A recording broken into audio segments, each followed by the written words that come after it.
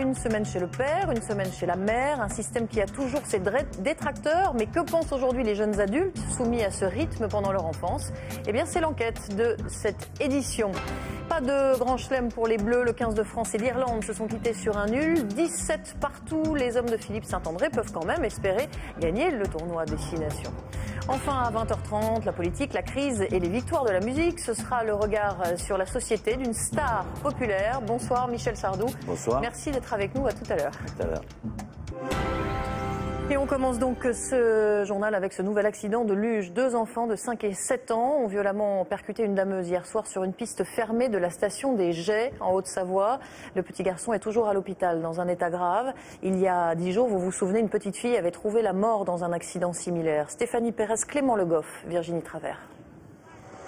Les 2 enfants originaires du nord de la France venaient juste d'arriver dans la station des Jets. Ils voulaient faire un peu de luge pour commencer les vacances. Un peu avant 19h, sous les yeux de leurs parents, ils s'élancent sur cette piste de ski fermée à cette heure-là. La neige est gelée, ils prennent de la vitesse. Ils n'ont pas fait attention à cette dameuse stationnée un peu plus bas. Le chauffeur a vu arriver les deux jeunes, vraiment à la dernière minute, et ils sont venus percuter la partie, vous voyez la partie verticale rouge, juste sur le côté là. Et il n'a pas du tout vu les enfants, puisqu'en montant, il a vu que les enfants étaient accompagnés de parents, donc il ne s'est pas inquiété plus que ça. Sa machine était signalée, il faut quand même savoir que le domaine skiable était fermé depuis plus d'1 heure. Le petit garçon de 5 ans est dans un état grave, mais ses jours ne sont plus en danger. La fillette de 7 ans, elle, souffre de contusion. Le conducteur de la dameuse est employé de la station depuis 8 ans. Sa responsabilité ne semble pas engagée, même s'il avait un peu bu avant l'accident. Le conducteur avait un taux d'alcoolémie qui aurait été contraventionnel s'il avait été sur la route dans un véhicule classique. Mais ce qu'on peut dire, c'est que ce taux ne l'a pas empêché de très bien réagir. Et à partir du moment où c'est la luge qui est venue percuter la dameuse, l'alcool n'est pas en cause dans les faits. Il y a 10 jours, à la Mongie, dans les Hautes-Pyrénées, une fillette de 12 ans est morte dans les mêmes circonstances. Les responsables de station incitent les vacanciers à la plus grande prudence et rappellent que sur chaque domaine skiable, des pistes sécurisées sont réservées aux amateurs de luge. Et en direct des Jets en Haute-Savoie, on retrouve Clément Le Goff. Bonsoir Clément. Alors vous avez interrogé les responsables de la station qui sont, semble-t-il, démunis ce soir face à cet accident. Eh bien oui, des responsables de station démunis, désemparés, ce sont leurs mots. Car ici, des panneaux qui interdisent la pratique de la luge sont installés. Ils sont nombreux, ils sont visibles. Et pourtant, ici même, il y a moins d'1 heure, nous avons pu constater que beaucoup d'enfants dévalaient les pistes sous le regard de leurs parents. Des parents que nous avons rencontrés, des parents qui nous disent que c'est une pratique courante ici dans cette station familiale et qu'ils ne voient pas le côté dangereux. Pourtant, le danger, lui, est bien réel dès la nuit tombée puisque les dameuses commencent à travailler et un enfant ne fait pas le poids face à un engin de plus de 15 tonnes. Clément Le Goff, merci beaucoup pour ces précisions ce soir. Donc après cet accident de luge, la petite fille est sortie de l'hôpital et le petit garçon est toujours dans un état grave mais stable. Il préparait son retour depuis 2008. Rien ne semble avoir perturbé son dessein. Vladimir Poutine est élu président de la Fédération de Russie dès ce soir. Bonsoir Alban Mikosi, vous êtes notre correspondant à Moscou. Alors tout de suite, évidemment, avez-vous déjà un premier résultat ?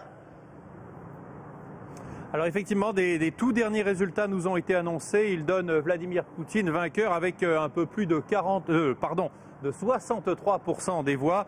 Un chiffre qui ne va plus guère évoluer. Ce que l'on peut dire avec certitude, c'est qu'ils l'ont élu au premier tour. D'ailleurs, il est déjà sur la place du Manège, de l'autre côté du Kremlin qui est derrière moi, pour fêter avec ses partisans ce succès. Et on le voit sur ces images, ils sont nombreux. Alors Alban, le pouvoir avait promis des élections transparentes et exemplaires.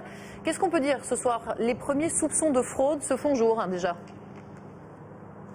Oui, effectivement, des associations proches de l'opposition parlent de plusieurs milliers de cas de fraude avérés en Russie. Alors, il y aura, comme d'habitude, des enquêtes qui ne donneront pas grand-chose, très probablement. La victoire de Vladimir Poutine étant déjà incontestable aux yeux de la Commission électorale centrale. Alors, comment ça se passe en Russie? Réellement un vote et puis un dépouillement? Nous avons pris un bureau test aujourd'hui dans le centre de Moscou et nous sommes retournés voir avec Bruno Vignet et Irina Golovkova ce soir comment cela se passe et vous allez voir que c'est très compliqué. Bon, où sont les ciseaux? On recommence. Combien? 1508. Cela fait 1 heure que le vote est clos dans notre bureau test et franchement, le dépouillement est mal parti. Il manque 67 électeurs, alors tout le monde est prié de recompter. Et l'on repense à ce que nous avons vu ce matin ici, une complète désorganisation. Où je mets mon bulletin pour la présidentielle? Des électeurs laissés seuls au moment de voter. Milena Mileva, l'observatrice bénévole, a passé la journée à s'étonner que des gens puissent voter sans être inscrits. Elle tire ce soir une conclusion finalement logique.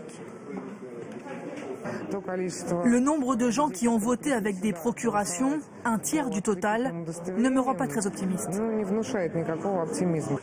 Déjà sur Internet, l'opposition présente des images de supposées brigades volantes qui vont de bureau en bureau voter avec des documents plus ou moins valables. Mais de quel bureau de vote dépendez-vous? Quant aux web caméras, elles auront au moins permis de constater qu'au Daghestan, on peut voter plusieurs fois sans être inquiété. 180 000 web caméras pour des élections que le régime souhaitait exemplaires et qui sont déjà contestées. En ce moment, la commission électorale continue à égrener des chiffres favorables à Vladimir Poutine. Les résultats définitifs ne seront connus que demain, mais déjà le suspense n'existe plus. Autre grand titre de l'actualité de ce dimanche soir, c'est cette série d'explosions au Congo qui ont fait au moins 200 morts et des centaines de blessés. C'est le chaos qui règne ce soir à Brazzaville, la capitale. C'est un incendie qui aurait conduit à plusieurs déflagrations dans le dépôt de munitions d'une caserne. Bernard Lebrun.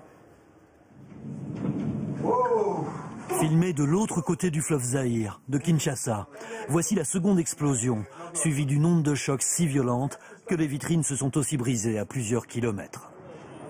Tout a commencé de l'autre côté du fleuve, ce dimanche matin, dans l'enceinte d'une caserne de Brazzaville, au cœur de la capitale congolaise, 1,5 million d'habitants.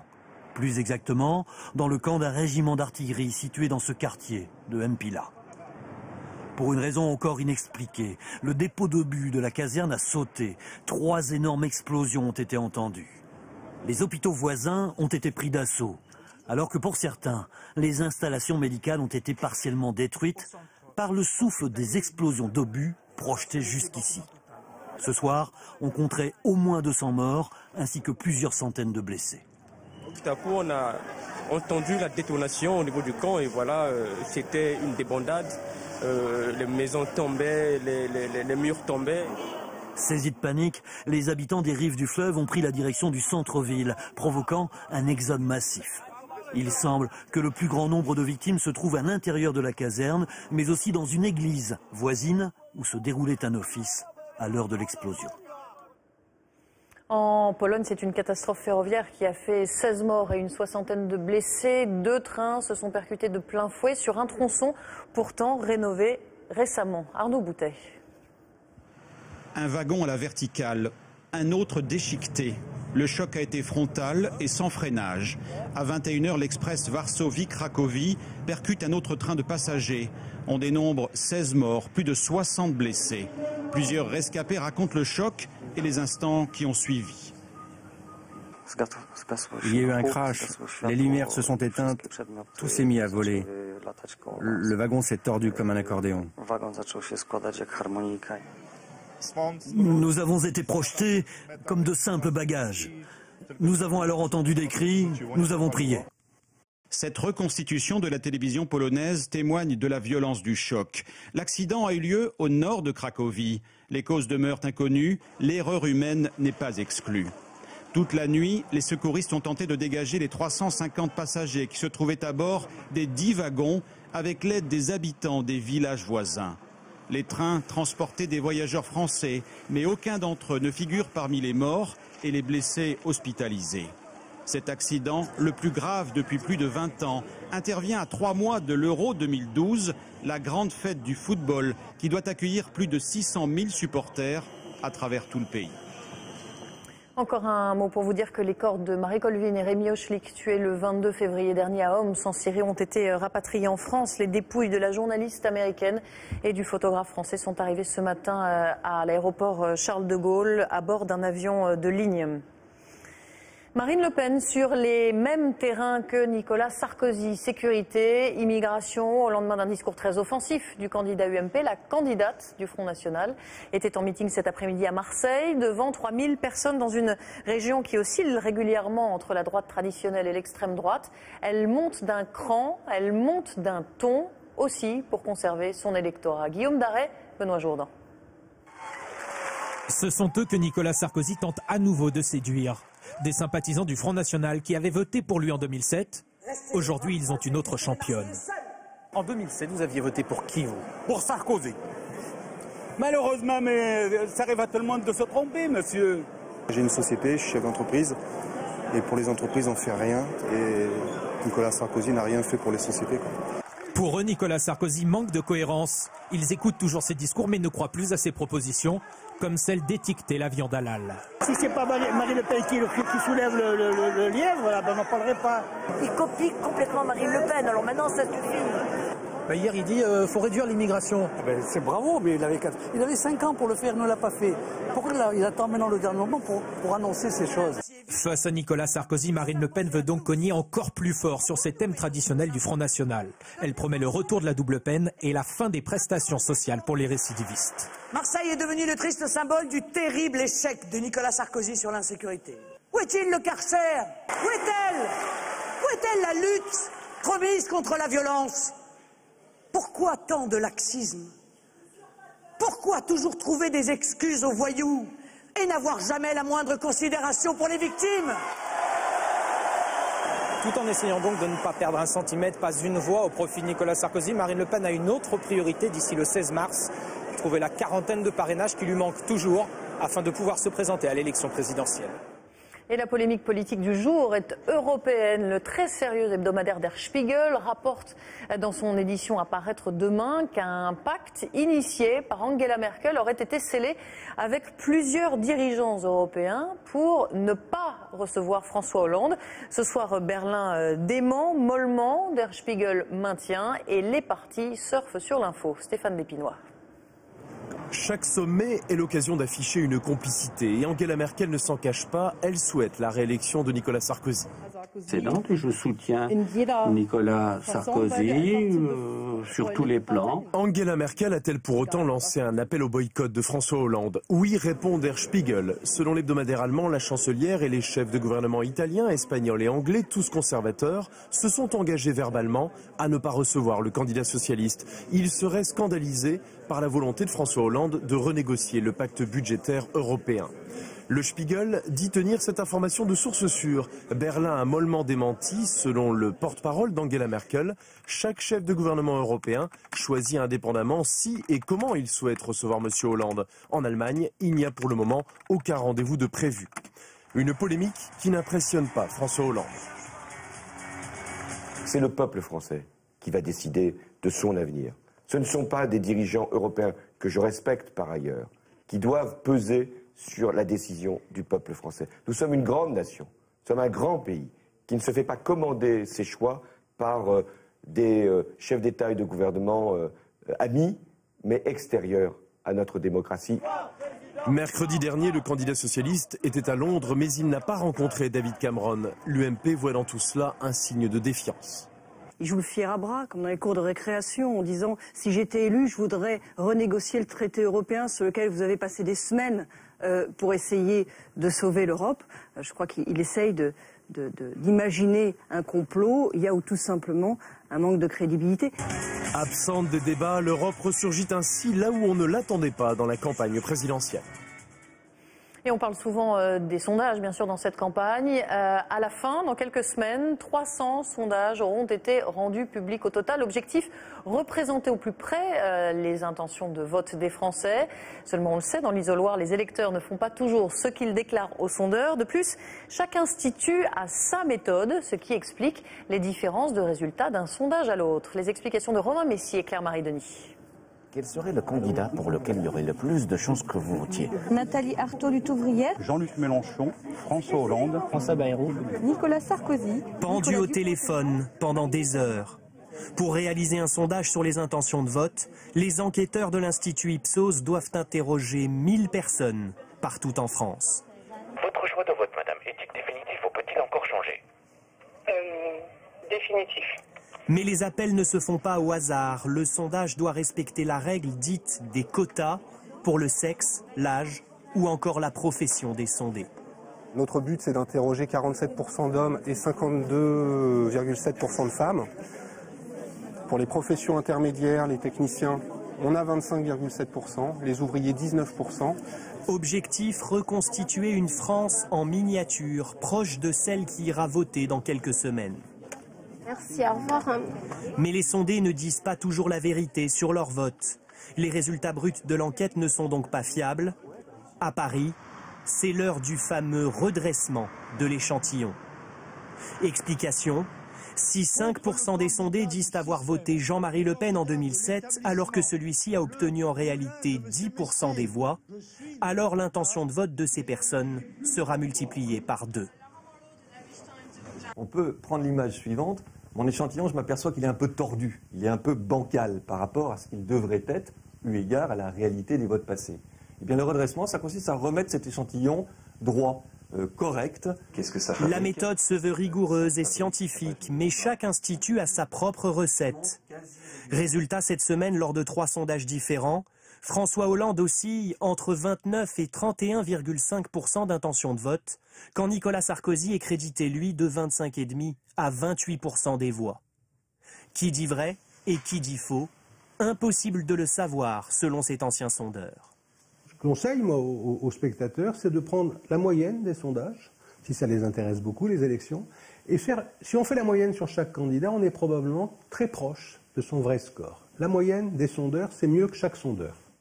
Souvent critiqués, mais toujours plus nombreux, les sondages sont scrutés de près par les candidats eux-mêmes, qui jugent au quotidien de l'efficacité de leur campagne.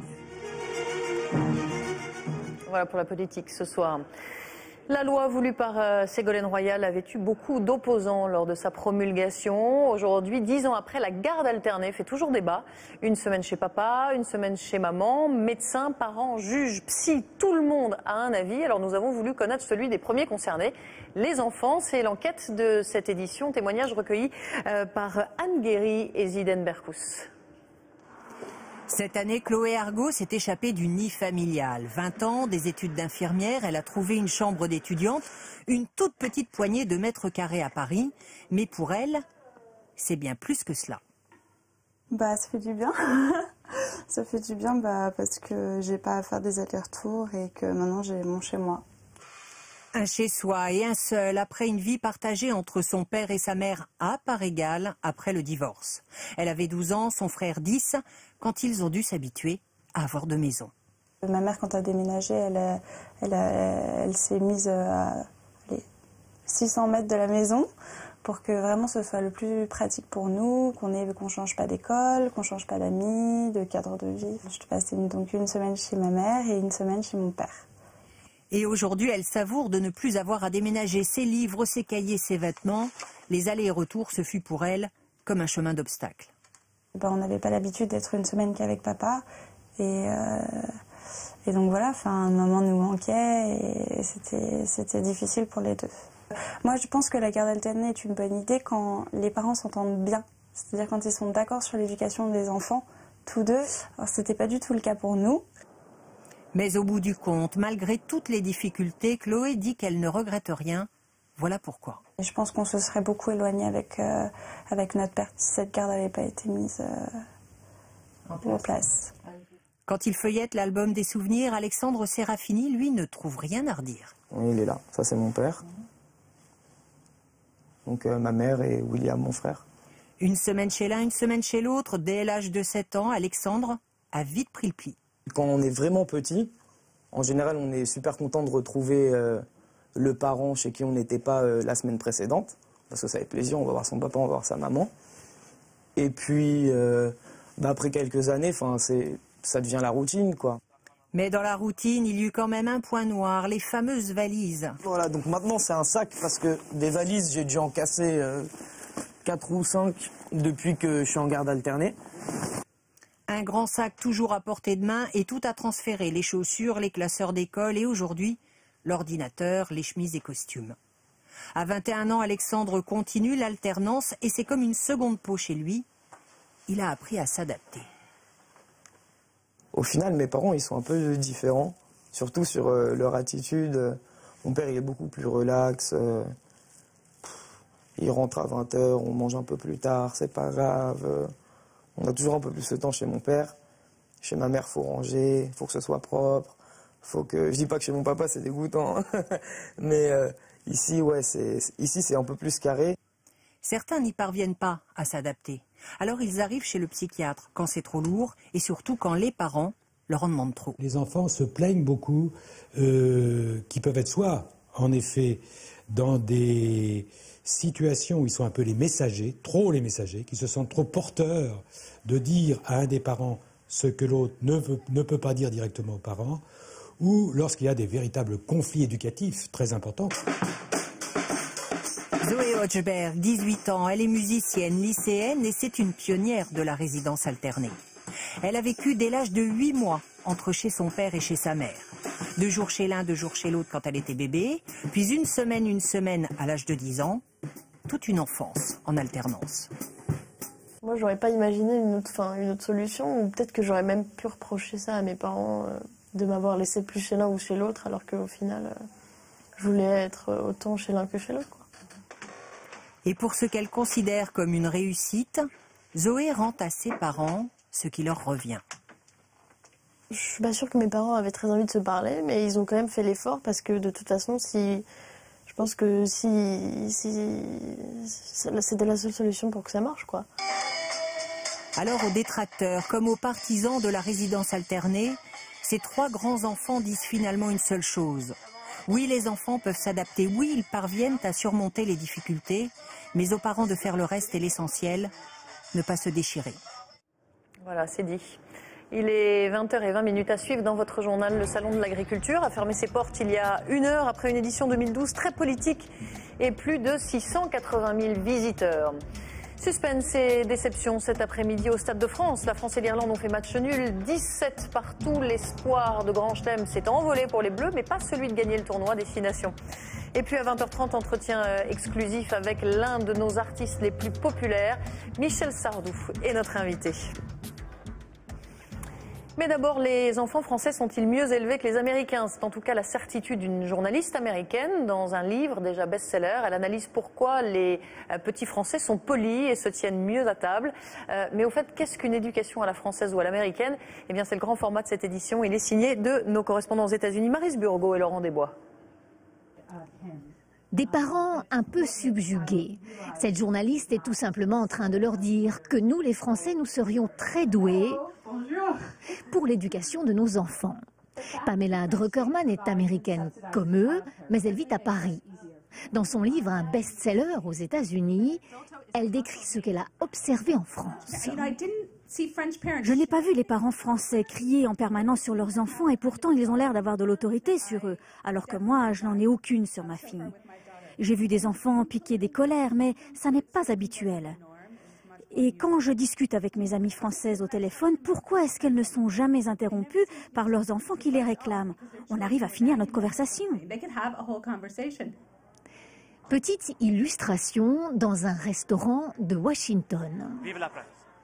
Selon cette journaliste donc, les petits Français bien élevés mangent de tout et pas seulement de la pizza comme certains enfants américains. Nos bambins, dit-elle, restent à table et pas besoin pour cela de les laisser regarder un film sur le téléphone. Et puis les Français se tiennent bien, ne jettent pas la nourriture par terre. Bref, les parents français seraient moins permissifs que les Américains. Ces familles ne sont pas forcément d'accord. Nous aussi, on a des règles à la maison et il y a des conséquences, des punitions si elles ne sont pas respectées.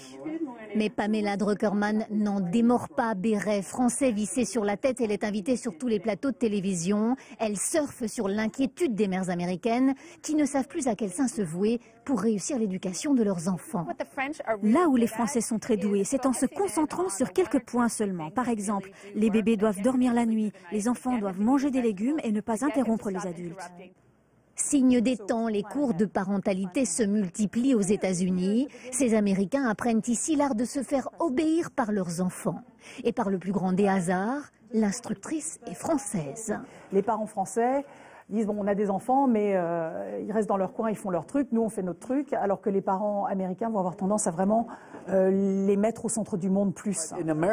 Aux États-Unis, on est tous tellement anxieux de savoir quel type d'éducation choisir, quelle philosophie suivre ou bien quel livre lire. Faut-il suivre ce conseil ou cet autre? C'est super stressant. Les parents aux États-Unis ont vraiment l'impression de mener un véritable combat.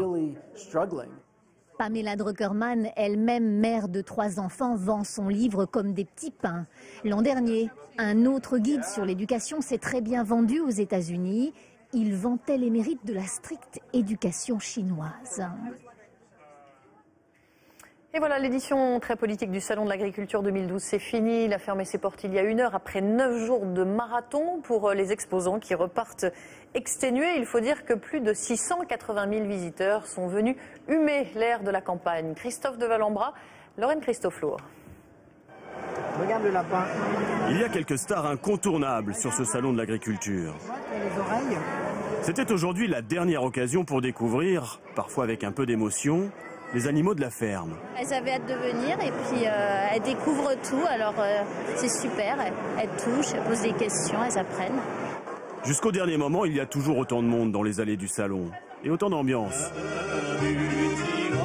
Pendant la journée, les exposants commencent tranquillement à se relâcher, même si les derniers clients se pressent toujours autour des stands de produits régionaux.